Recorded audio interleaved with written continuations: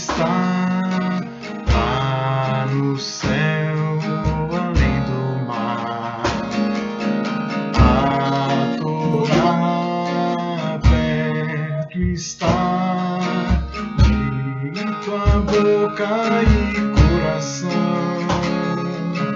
A Torá não está lá no céu, além do mar. A Torá perto está, de tua boca e coração. Pois Deus deu sua Torá sobre o Sinai, para que Israel ensinasse as nações. Deus deu sua Torá sobre o Sinai, para que Israel ensinasse as nações.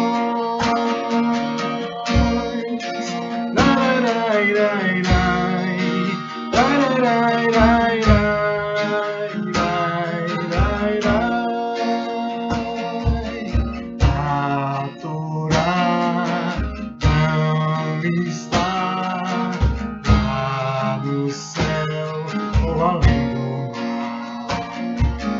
A Torá perto está, de tua boca e coração. A Torá não está lá no céu ou além do mar. A Torá perto está, de tua boca e coração. Pois Deus deu sua Torá sobre o Sinai, para que Israel ensinasse as nações. Pois Deus deu sua Torá sobre o Sinai, para que Israel ensinasse as nações. Pois Deus deu sua Torá sobre o Sinai, para que Israel ensinasse as nações. Pois Deus deu sua Torá sobre o Sinai, para que Israel ensinasse as nações.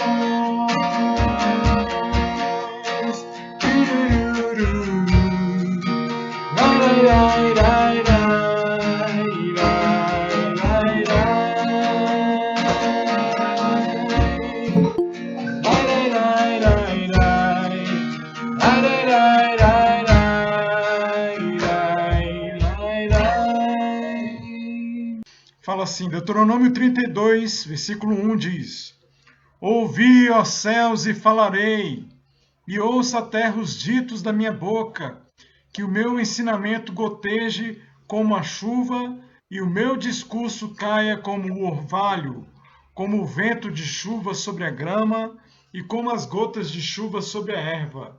Quando eu mencionar o nome do Eterno, dai grandeza a nosso Deus. Ele é a nossa rocha, e suas obras são perfeitas, porque todos os seus caminhos são justiça.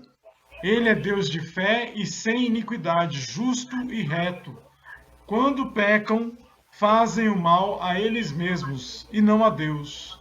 Não procedendo corretamente, deixam de ser considerados seus filhos. É essa a sua mancha, eles são geração deformada e retorcida. É assim que pagais ao Eterno, povo insensato e sem inteligência?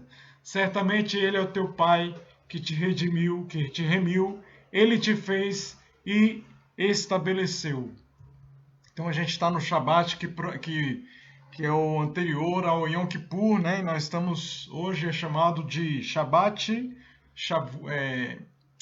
Shuvah, né? De retorno. Então é o momento da gente está se preparando para Yom Kippur e que essas palavras desses versículos venham fortalecer a nossa fé e fortalecer o nosso coração para a gente servir a Hashem com todo o nosso ser e toda a nossa alma voltada para Ele de fato. Vou voltar aqui nesse... Tá. Ele fala aqui, Deuteronômio 32 diz...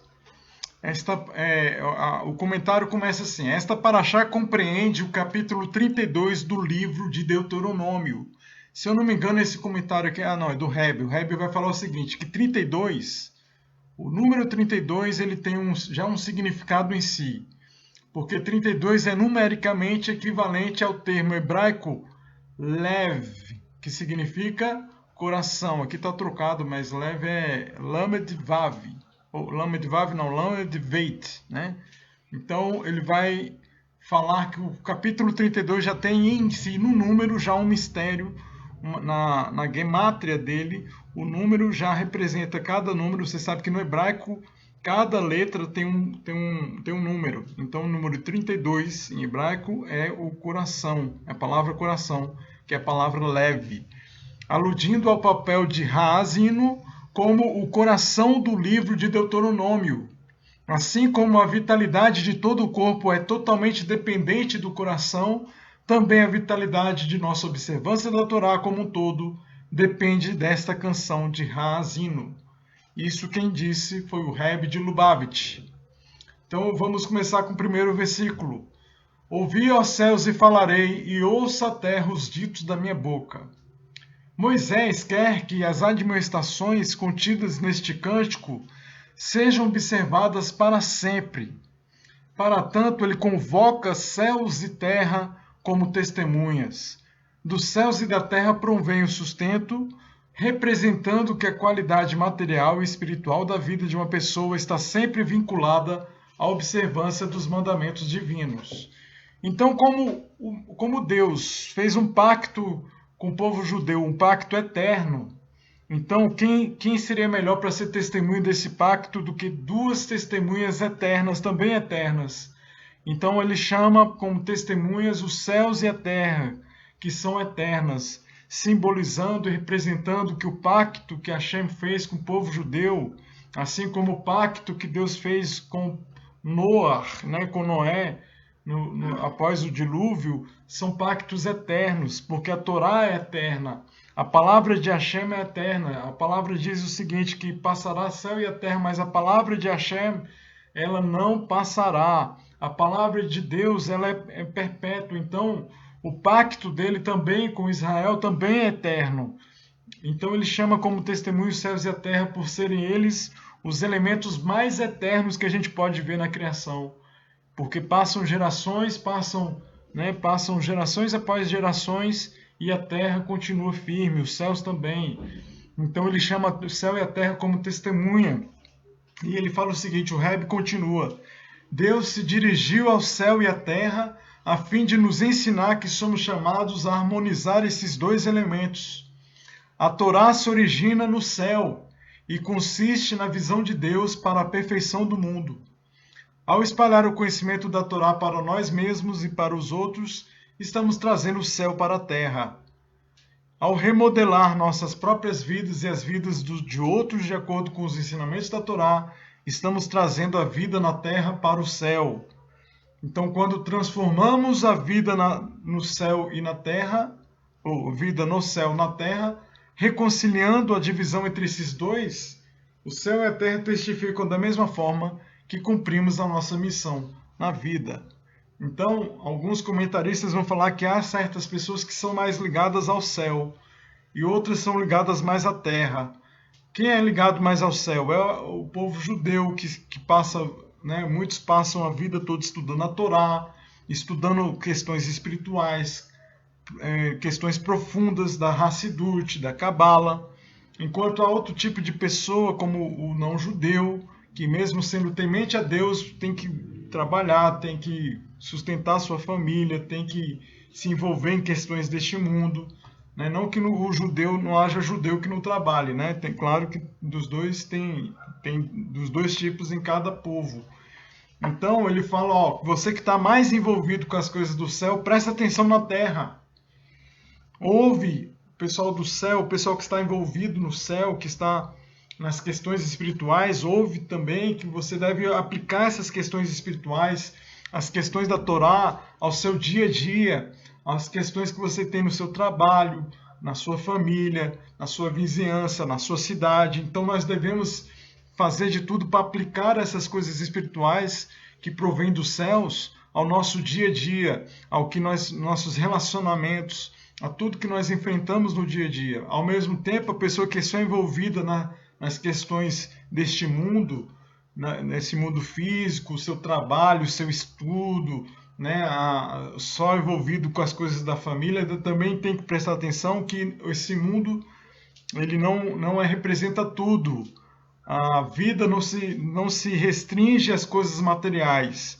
A nossa vida está além das coisas materiais. Nós devemos pegar o mundo físico para elevar ele para servir ao que é eterno, aquilo que é celestial. Então, são duas vias. O que está envolvido nas coisas celestiais deve descer para baixo, né? Vou até usar a redundância da coisa, deve descer esse mundo físico para elevar ele às coisas espirituais. Aliás, o nosso objetivo nesse mundo é preparar ele para que a divindade permeie esse mundo a ponto de que tudo nesse mundo revele a centelha divina que há por trás. Então, para isso é preciso um trabalho de toda a humanidade, todas as pessoas tementes a Hashem, para que o mundo revele essa espiritualidade que está oculta por enquanto o Mashiach não se revelar, né? Porque quando o Mashiach se revelar, a divindade vai gritar na natureza e nós vamos poder ver Deus se manifestando através de tudo. E ele continua no versículo 2. Que o meu ensinamento goteje como a chuva e meu discurso caia como um orvalho, como o vento de chuva sobre a grama e como as gotas de chuva sobre a erva. Então a Torá possui uma dimensão esotérica, uma posição e uma dimensão esotérica com X e com S. Estes são chamados de Peshat, que é o significado simples, e o Sod, que é o segredo. Então nós temos na Torá a primeira leitura ali, que é o significado simples, a interpretação simples do texto, principalmente em hebraico, né, a Peshat, e nós temos 4 níveis de interpretação. O Peshat, aí vamos ter o Rametz, o Derash e o Sod, que é o último nível, que é o do segredo da mística, da alma por trás das letras, do sentido místico da Torá, que é uma coisa mais elevada e mais avançada, né? Então, respectivamente, a dimensão esotérica não é apropriada para todas as pessoas, mas apenas para aquelas que são como anjos. A dimensão esotérica com X, em contraste, é apropriada para todas as pessoas. Então, há 2 tipos de pessoa. A pessoa que está envolvida nas coisas celestiais e que para ela é apropriada a dimensão cabalística, é apropriado para ela, e a pessoa que não está pronta para esse tipo de alimento, vamos dizer assim. É como se ela fosse um bebê e fosse comer churrasco, né? Ela não está pronta. O sistema digestório dela não está pronto para digerir o churrasco. O churrasco é mais ou menos a Kabbalah. Então os sábios, eles fizeram o que? Eles pegaram a Kabbalah e esmiuçaram e trituraram ela no liquidificador, botaram água, açúcar, para a gente poder captar, né? E hoje a gente tem o Tânia, a gente tem a Hassidut, que é a maneira que nós, simples cidadãos, né, as pessoas os menores aqui nesse mundo, podemos captar coisas celestiais através da dimensão, né, da tradução que esses grandes sábios fizeram até chegar à nossa estatura, que é pequena. Então, tanto a chuva como o orvalho, porque o Moisés vai falar da chuva e do orvalho. Então, o comentário é o seguinte: tanto a chuva como o orvalho são compostos de água. A água simboliza o conhecimento. Até porque quando você tem conhecimento da Torá, de Hashem, você começa a se limpar, a sua alma começa a ser limpa, como se fosse a água. Então a água, segundo os sábios, representa o conhecimento. A chuva representa os conhecimentos vindos do céu, isto é, as próprias leis divinas. Então Deus se revelou no Sinai e trouxe, sem mérito humano algum, revelou a sua vontade através dos mandamentos. O mérito humano que houve foi o clamor deles para que Deus libertasse eles do Egito, né? E aí Deus desce lá e entrega gratuitamente as suas leis ao povo judeu. O orvalho, por sua vez, representa o quê? Os conhecimentos que vêm da terra, isto é, a transmissão da lei divina entre os homens. Então, é aí que ele faz a diferenciação dos dois termos que o versículo fala.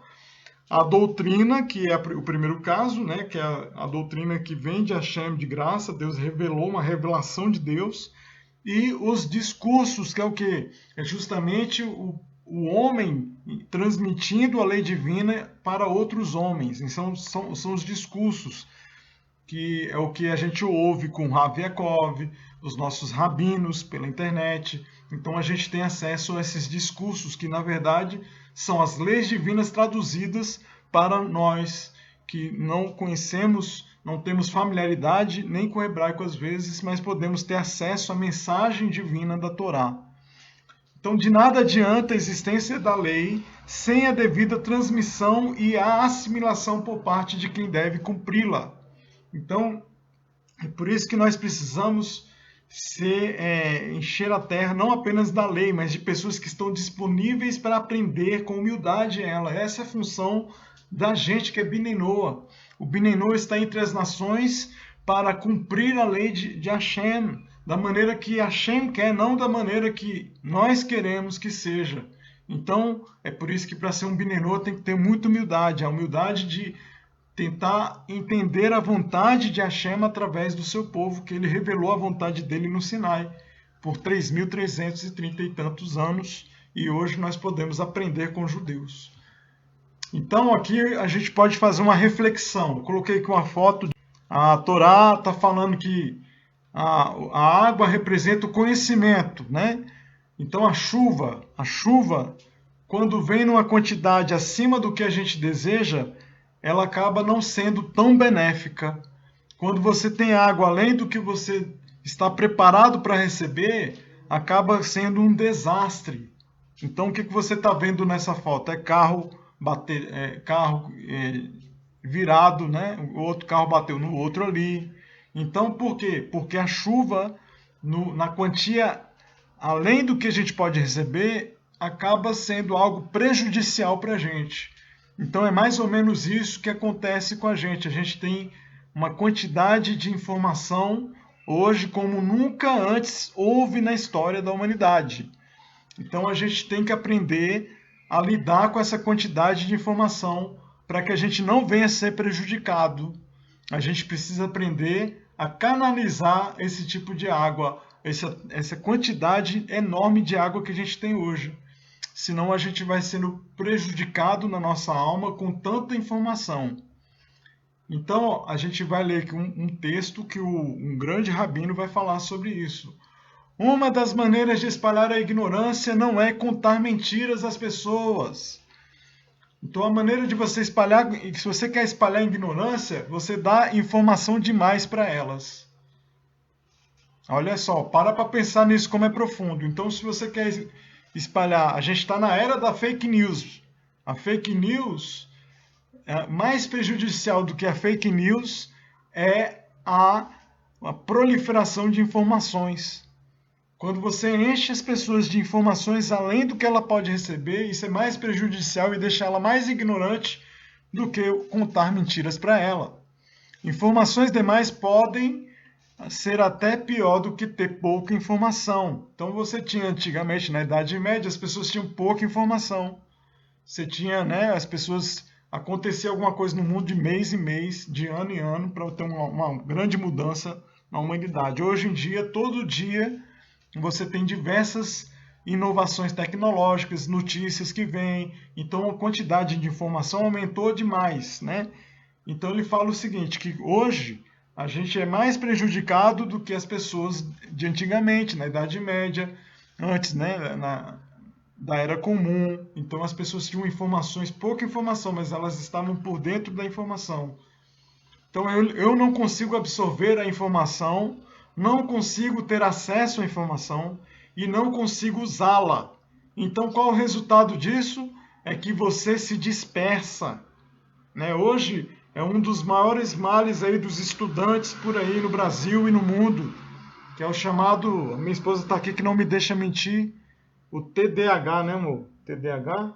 O que é o TDAH? É justamente esse problema de dispersão da sua atenção. As pessoas estão com problema para se concentrar, porque é tanta informação que ela acaba se dispersando. Então, essa quantidade de informação acaba tirando o foco da nossa mente. Eu vi aqui neste país, um país tão lindo de ver que algumas gotas de chuva sempre são bem-vindas, mas 400 milímetros de chuva não são muito convenientes. 2.500 milímetros de chuva, e há países que têm isso, né, que é o caso do Brasil, às vezes dá 2.500 milímetros de chuva. Imagine 2.500 milímetros de chuva em 24 horas no Rio de Janeiro. O que acontece? No Rio de Janeiro, eu não sou do Rio de Janeiro, mas se acontecer isso no Rio de Janeiro, é inundação na certa. É morro caindo, aquelas montanhas íngremes, né? Aquela erosão caindo. Então, rua sendo alagada. Então, 2.500 milímetros de chuva acaba sendo prejudicial no Rio de Janeiro. Que nome você dá a isso? Um desastre. Mas a chuva, no final das contas, é boa. A chuva é boa, não é? Então ele fala lá. Quem é que disse isso? É o rabino Adin Even Israel Steinsaltz, de abençoada memória que acaba de nos deixar esse ano, né? E ele continua, cada gota é boa. A quantidade de chuva acima de um dado limite é um desastre. E o que podemos fazer sobre isso? Você quer saber sobre todos os assuntos? Você pode entrar agora na internet e tentar encontrá-los. Então você quer saber, pode colocar o tema que for lá. Você pega o dicionário assim, ó, de papel mesmo e bota no dedo. O vocábulo que quer o seu dedo, você coloca na internet, o volume de informação é, para não dizer infinito, tende ao infinito, é enorme, né? E você verá artigos e mais artigos em todas as línguas. Depois de um tempo você não os lerá e eles não lhe trarão nenhuma informação. Então não adianta ter essa quantidade de informação diante de pessoas limitadas em sua capacidade cognitiva. Porque o ser humano é limitado. Então ela tem muita informação, mas acaba que essa informação se perde. Mais uma vez, voltamos ao problema básico de avaliar o que se tem, separar as coisas e lidar com o que se tem. A pergunta é, quem pode separar essas coisas? Então, a reflexão que o rabino Adin Even Israel fez na Globo News. Isso aqui foi uma entrevista que ele deu na Globo News.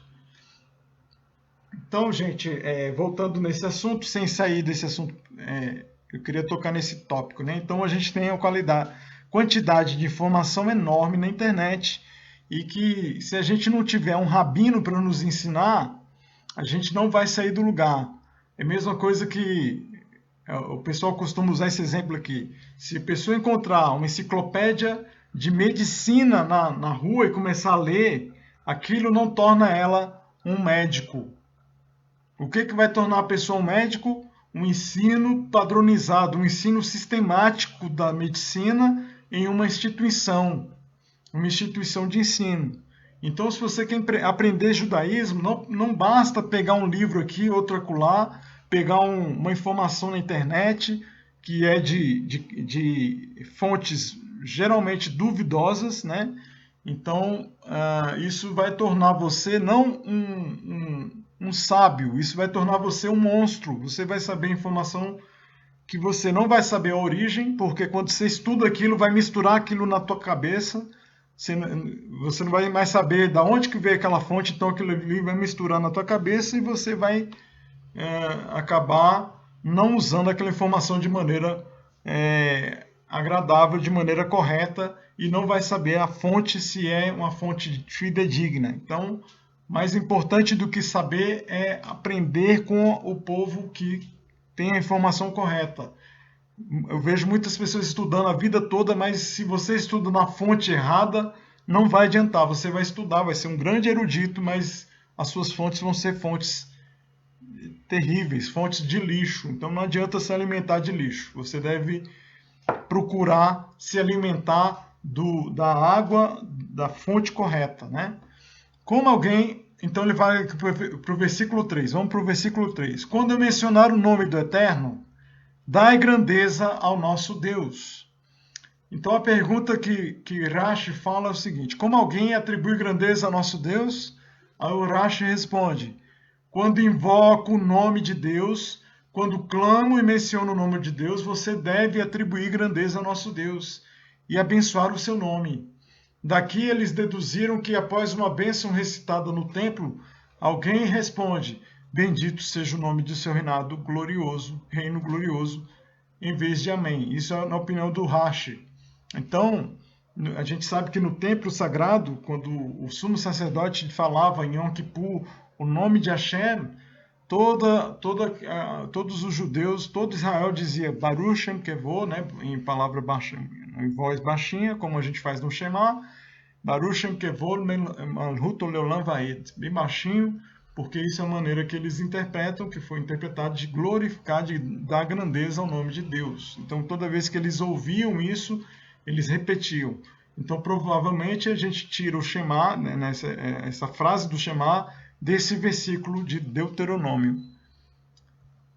Na opinião de Sifri, que é outro sábio da Torá, ele fala o seguinte: de onde derivamos que se deve responder amém? Amém é com N, tá?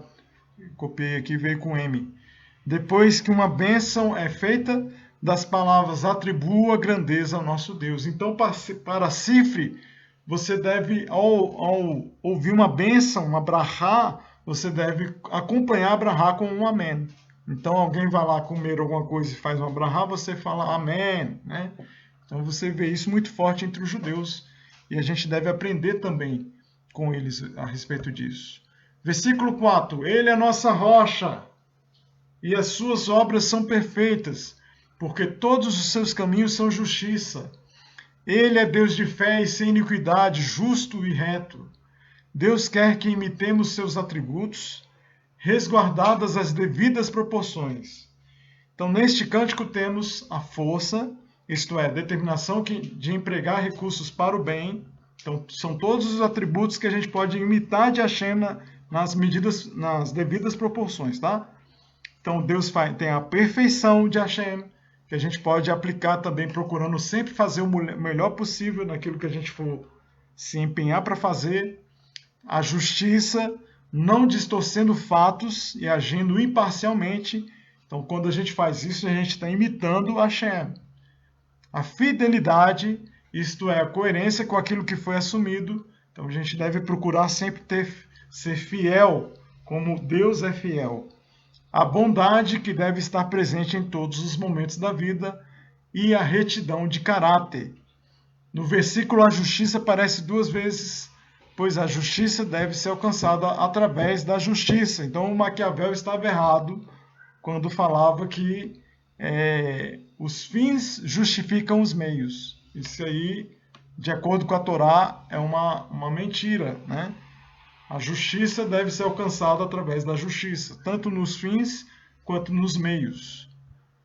Então a gente vai ver aqui, eu queria fazer uma reflexão com você que está me ouvindo. A gente está sendo transmitido ao vivo pelo Facebook, depois eu vou postar esse vídeo no YouTube. Então a gente vai refletir agora uma coisa específica para a gente que é não judeu, que vem numa cultura, uma cultura que não respeita a Torá, que não observa a Torá. Então ele fala assim: ele é a nossa rocha, e as suas obras são perfeitas, porque todos os seus caminhos são justiça. Ele é Deus de fé e sem iniquidade, quer dizer, Deus não tem iniquidade. Ele é justo e ele é reto. Então, Deus, as ações de Deus, ele faz da maneira para ser imitado pelos homens. Você vê lá, Deus descansa no Shabat, mas Deus não precisa descansar, né? Em Gênesis. Por que ele faz isso? Aí os sábios falam que ele faz isso porque os atributos dele é para ser imitado pelo ser humano. Então, você vê Deus, tudo que ele faz, por exemplo, antes de ele castigar Sodoma e Gomorra, ele manda emissários dele para ir lá verificar se aquelas cidades estavam realmente em transgressão. Mas Deus não sabia, Deus não é onisciente, então por que ele faz isso? Porque ele quer mostrar aos juízes como eles devem fazer. Então tudo que Deus faz, ele faz na base do exemplo. Ele nos dá o exemplo, ele dá o exemplo ao povo judeu, ele dá o exemplo ao ser humano. Né? Então, eu vou pegar aqui dois exemplos de que mostram que a gente pode pegar esse versículo aqui para quebrar de vez a idolatria do nosso país, né? E um fala o seguinte, que a virgem ia ter um filho e que Deus mandou, né, o seu espírito para casar com uma mulher virgem. Então, se Deus se casa com uma mulher virgem comprometida, porque ela estava desposada com o seu marido, aí ele vai lá, Deus pega a mulher que é comprometida e engravida ela, né? E casa com ela. Então, esse Deus, será que ele está sendo justo? E será que ele está dando exemplo ao ser humano? Então, é uma coisa que a gente deve pensar. Você que está me ouvindo, sem querer te ferir, né? Sem querer agredir a sua fé, mas eu queria chamar você à reflexão. Quer dizer, Deus, ele faria isso, ele transgrediria a sua própria lei, a sua própria Torá, para fazer nascer um filho, entre aspas, dele no mundo, né? Casando com uma virgem que estava casada, comprometida com outro homem? Então, é o primeiro exemplo. O segundo exemplo é o do Moloque. Deus fala assim, o Moloque, você deve abominar as ações das pessoas que entregam seus filhos a Moloque. Então, Moloque para Deus é uma abominação. Aí Deus vai e pega o seu filho, supostamente, e mata ele em favor de outras pessoas. Mas esse Deus aí da idolatria, ele é um Deus que faz justamente aquilo que ele abomina. Então são dois exemplos aqui que eu queria trazer de parênteses para a gente refletir, tá ok? Vamos voltar agora ao tema aqui. Quando eles pecam, fazem o mal a eles mesmos e não a Deus. Continua lá no versículo. Não procedendo corretamente, deixam de ser considerados seus filhos. É essa sua mancha, eles são geração deformada e retorcida.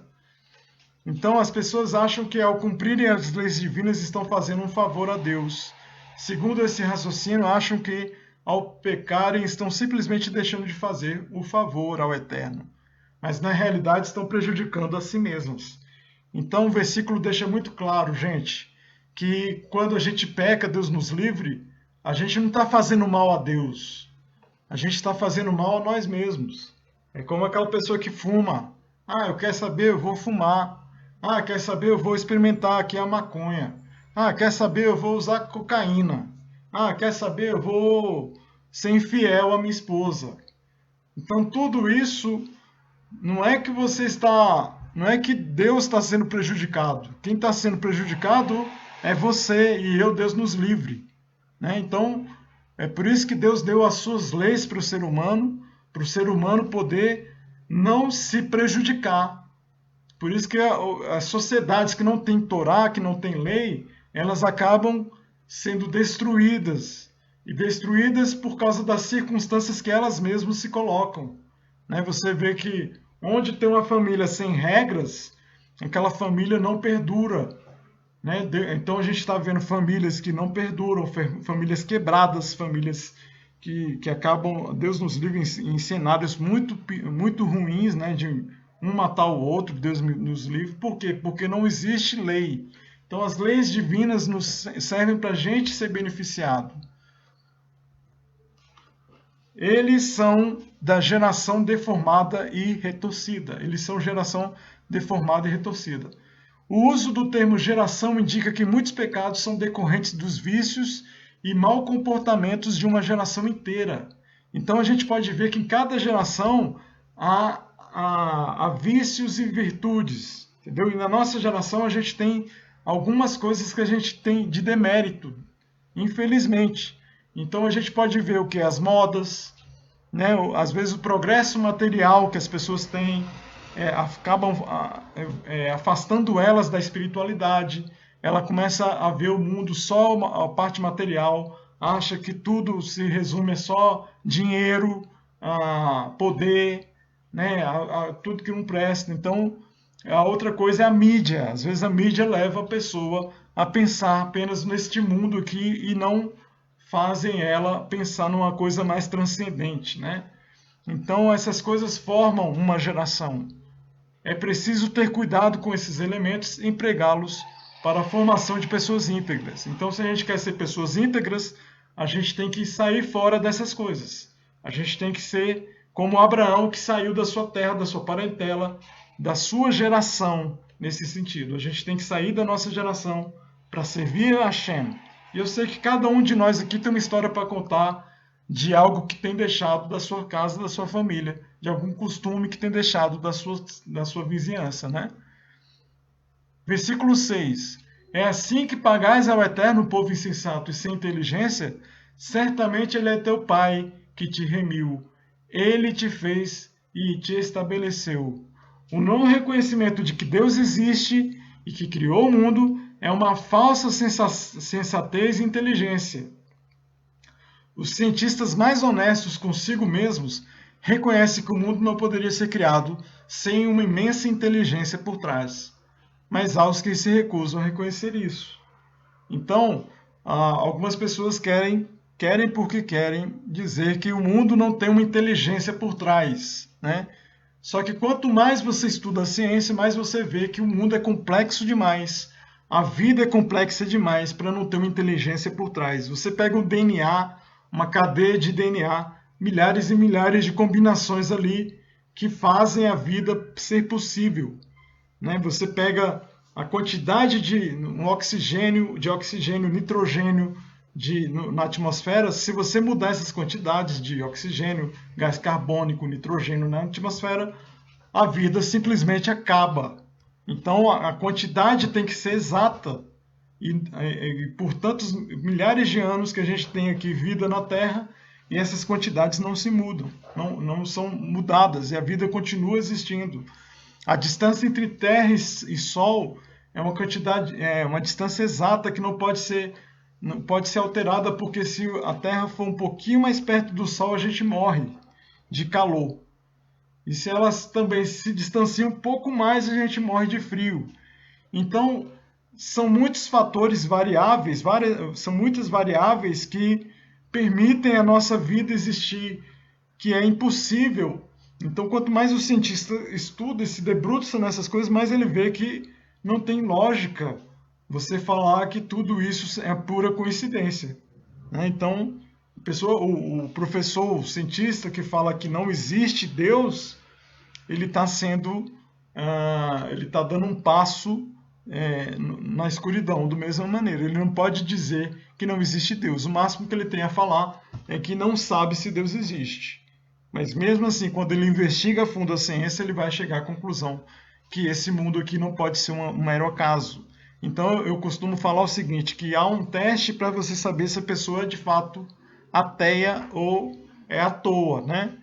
Então eu falo assim, no tom de brincadeira. Você pergunta para essa pessoa, você fala para ela assim, você não acredita em Deus, então faz uma oração aqui para que a pessoa que você mais ama morra. Eu duvido que ele vai fazer essa oração, né? Ele não vai fazer porque, no fundo, ele sabe que há algo além desse mundo físico, né? E a outra coisa que eu queria voltar aqui a falar é o seguinte: Deus fala que ele é o teu pai. Certamente ele é o teu pai que te remiu. Então, gente, quando a gente era de outra fé, tinha lá no livro nosso, falava que Deus enviou seu único filho, unigênito, para que todo aquele que nele crê, né, e tal. Aí aqui fica claro o seguinte, que Deus tem filhos há muitos anos, né? Israel é filho dele. Êxodo 4:22 fala que Israel é meu filho primogênito. Então, significando que os outros povos são filhos também mais novos de Deus. Então, não há esse negócio de falar que Deus enviou seu único filho, isso aí é contra a Torá. O povo judeu é um povo que é filho de Deus, os demais povos também são seus filhos, A gente pode ler lá em Deuteronômio 14:1, vós sois meus filhos, ele fala com essas palavras. Então, é outra coisa que também desmascara a mentira que é o livro de outras religiões, tá? Mensagem do dia, para a gente terminar. Não pense que cumprir os mandamentos divinos, que ao cumprir os mandamentos divinos você está fazendo um favor a Deus. Isso é para o seu próprio bem. Então, você tem que inculcar essa verdade. A gente não está aqui para fazer um favor para Deus. A gente está aqui para melhorar nosso interior, para ser um homem melhor, para ser um filho melhor, para ser um vizinho melhor, um esposo melhor, um pai melhor. Né? Esse é o objetivo do mandamento. O mandamento vai te melhorar, vai fazer a tua centelha divina brilhar mais forte. Né? Esse é o objetivo do mandamento. Procure conhecer e assimilar aos máximos os atributos divinos. Então Deus nos deu o exemplo. Tudo que Hashem faz, a gente pode ver o caráter dele, a santidade dele. Então ele faz em tudo, em todas as suas obras, em todas as suas decisões, é a perfeita sabedoria ali. Então é tudo para a gente seguir ele, né? Diferente dos deuses de outros povos que são deuses perversos, deuses que são injustos, né? Não dê ouvidos a quem não acredita em Deus. Mostre-lhe que não devemos acreditar apenas em nossos próprios sentidos. Então, a pessoa que fala que não acredita em Deus, só acredita nisso aqui no mundo físico, né? Então, essa pessoa ela precisa refletir um pouco mais. Refletir, estudar o DNA, né? O DNA, por exemplo, tem a cadeia lá de 10.5.6.5, 10.5.6.5, 10.5.6.5, que no hebraico 10.5.6.5 é justamente o tetagrama sagrado. Então você tem no DNA uma assinatura de Hashem, com seu tetagrama, os valores numéricos do tetagrama sagrado que a gente não fala, aliás, que a gente nem sabe a pronúncia, porque era dito, apenas o sumo sacerdote falava esse nome dele no Yom Kippur, né? No dia mais sagrado do ano que a gente está chegando agora no domingo, né? Muitas vezes é necessário usar a inteligência e a lógica como fazem os verdadeiros cientistas diante da complexidade, por exemplo, de um DNA, como eu já falei, né? Procure selecionar a assimilação por você e pelas pessoas ao seu redor da moda, dos programas, das coisas inventadas, da propaganda, etc. Não acompanhe as tendências que levam a uma vida fútil e materialista. É uma das nossas rezas da manhã. A gente fala que Hashem nos livre de nos curvar apenas à futilidade, né? Então a gente não está aqui para viver uma vida de futilidade, de banalidade. A gente está aqui para olhar a vida no seu sentido mais elevado, vem tudo uma coisa transcendente, um objetivo mais transcendente. Tudo que a gente passa nesse mundo, seja dificuldade financeira, dificuldade na saúde, Deus nos livre, tudo tem um sentido mais transcendente, algo mais elevado, um propósito elevado que a gente, através de reflexões, do estudo da Torá, de rezas, a gente vai poder limpar nossa mente para a gente poder captar esse sentido como uma antena. A gente tem que limpar a antena, fazer igual antigamente, botar um bombril na antena para conseguir captar a imagem. Então a gente tem que limpar a nossa mente para a gente poder entender esses propósitos elevados de Hashem. Alguns deles a gente não vai conseguir entender, mas a gente pode elevar e entender muitas coisas que Hashem faz, a gente vai poder perceber, né? E nesses dias agora de Yom Kippur são dias propícios para isso, né? Que a gente está nos 10 dias, né, de Rosh Hashanah até Yom Kippur, são 10 dias em que a gente se arrepende, a gente faz uma reflexão das nossas vidas, para a gente tentar aperfeiçoar, ser pessoas melhores, né? E arrependendo do mal que a gente fez, por acaso, se a gente defraudou alguém, se a gente tirou algo de alguém, a gente possa ressarcir essa pessoa também, né? Então eu vou terminar aqui dando um exercício da semana para cada um de nós. Faça uma lista dos programas de TV e rádio que você costuma assistir. Então coloque ao lado de cada um desses programas, do nome do programa, as contribuições, se são boas ou más, que ele proporciona.